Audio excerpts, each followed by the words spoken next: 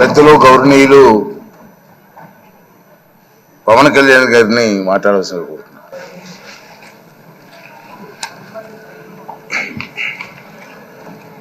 16వ శాసనసభకి ఏకగ్రీవంగా ఎన్నికైన సభాపతి శ్రీ చింతకాయల అయ్యన్ పాత్రుడు గారికి హృదయపూర్వక నమస్కారాలు, మీ శుభాకాంక్షలు.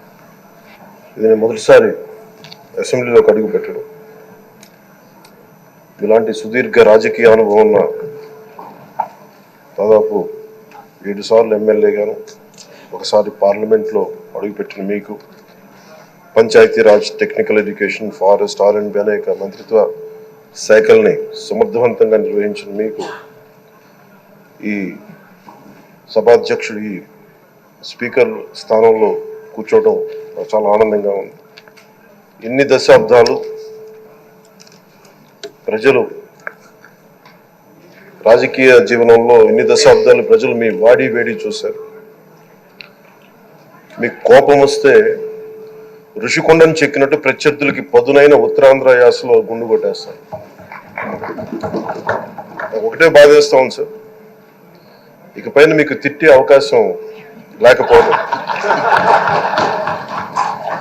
కానీ ఇక మీద సభలో ఎవరు తిడుతున్నా దాన్ని ఆఫ్ చేసే బాధ్యత మీ చేతిలోనే ఉంది. మీరే మైక్ ఆఫ్ చేయాలి. అంటే మా చిన్నప్పుడు నేను చూసేవాడు, ఒకసారి అల్లరి చేసే అబ్బాయిని క్లాస్ లీడర్ చేసేవాడు చిన్నప్పుడు మా స్కూల్లో. కానీ ఇన్నాళ్ళు ప్రజలు మీ వాడి వేడి పలుకులు, మీ ఘాటైన వాగ్దాటి చూశారు. ఈ రోజు నుంచి రాష్ట్ర ప్రజలు మీ హుందాతనం చూస్తారు. డిబేట్స్ వెనకాల దాక్కుని సంస్కారహీనమైన భాషల్ని, భావాల్ని రకరకాల మాధ్యాల్లో విరజిమ్ముతూ ఉంటారు. దాని నియంత్రణ మీ ఆధ్వర్యంలో ఇక్కడి నుంచే మొదలవ్వాలి.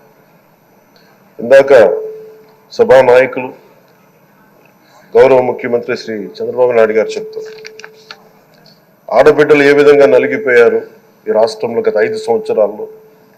చిన్న లేదు, పెద్ద లేదు, ఎవరని లేదు.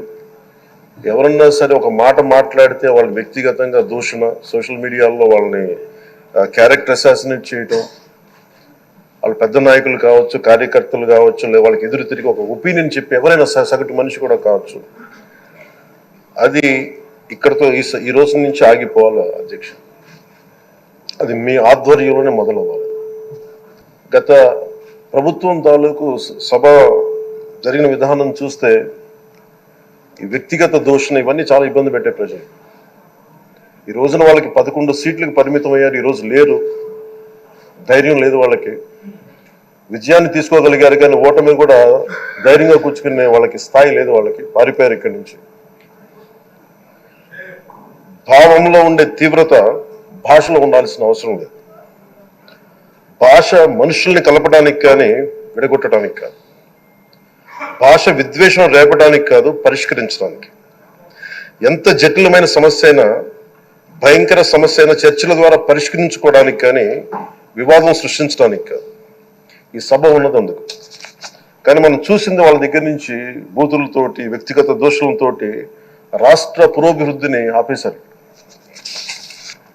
అలాంటి సభ కాకుండా ఇందాక మన పెద్దలు శ్రీ గౌరవ ముఖ్యమంత్రి చంద్రబాబు గారు చెప్పినట్టుగా ఇది భవిష్యత్తుకి ఇది ఒక ప్రమాణిక, ఒక ప్రమాణం అవ్వాలి.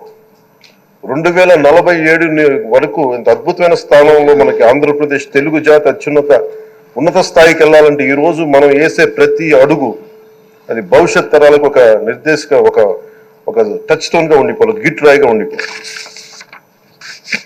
ఈ రోజు నీ సభలో ఉన్న గౌరవ సభ్యులందరూ చట్టాలు చేయడానికి ఉన్నారు, చట్టాలు ఉల్లంఘించడానికి కాదు. విభేదించడం అంటే ద్వేషించడం కాదు, వాదించడం అంటే కొట్టుకోవడం కాదు. ఇవన్నీ విభేదించడం, వాదించడం ఇవన్నీ ప్రజాస్వామ్యానికి చాలా మౌలికమైన పునాదులు. ఆంధ్రప్రదేశ్ ఆవిర్భావం జరిగి అసలు భాషా ప్రయుక్త రాష్ట్రాల ఆవిర్భావమే మన ఆంధ్ర రాజ్యంతో మొదలైంది. అమరజీవి పొట్టి శ్రీరాములు గారి బలిదానం మీద మన రాష్ట్రం పుట్టింది. 56 రోజులు తిండి తిప్పలు తినకుండా నరకం అనుభవిస్తూ ఆయన బలైపోయారు. ఆయన మరణానికి చేరువవుతూ ఆమరణ నిరాహార దీక్ష చేసిన ప్రతిరోజు మనకి దాదాపు ఈ సుదీర్ఘమైన 6 దశాబ్దాల కాలం 1.5 సంవత్సర కాలం అంటే ఆయన ప్రతిరోజు చావుకి చేరువవుతూ భోజనం లేకుండా ఆయన గడిపిన ప్రతిరోజు మనకి 1.5 సంవత్సర కాలం. అలాంటి నేపథ్యంలో అలాంటి మహోన్నతుడు శ్రీ పొట్టి శ్రీరాములు గారి త్యాగాన్ని కనుక మనం ఈ సభలో ప్రజా సంక్షేమం కోసం మాత్రమే చర్చలు జరగాలి, వాదోపవాదాలు హద్దులు దాటకుండా ఉండాలి, వ్యక్తిగత దూషణకి తావివ్వకుండా ఉండాలి. అలా కాకుండా గత ప్రభుత్వం లాగా ఈ సభని తిట్లకి బూతులకి కొట్లాటికి వాడితే ప్రతి నిమిషం పొట్టి శ్రీరాములు గారి బలిదానాన్ని అవమానం చేసినట్టే. ఒక గొప్పవాడు ఒక మహానుభావుడు బతికినప్పుడు మాత్రమే కాదు, చనిపోయిన తర్వాత కూడా కొన్ని తరాలు ఉపయోగపడతారని నిరూపిస్తారు.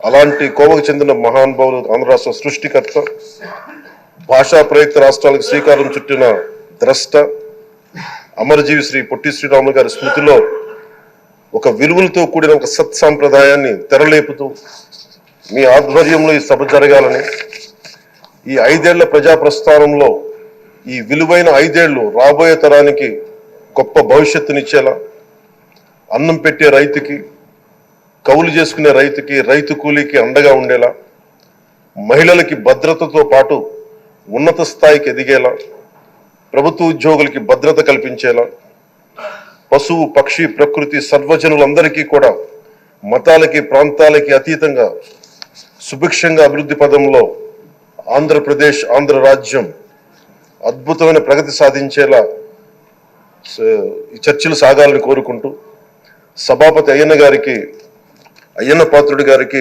మీ ఆధ్వర్యంలో ఈ సభ ఒక సరికొత్త సాంప్రదాయానికి సత్సాంప్రదాయానికి ఇది తెరతీయాలని కోరుకుంటూ మీకు మరోమారు శుభాభినందనలు తెలియజేసుకుంటాను.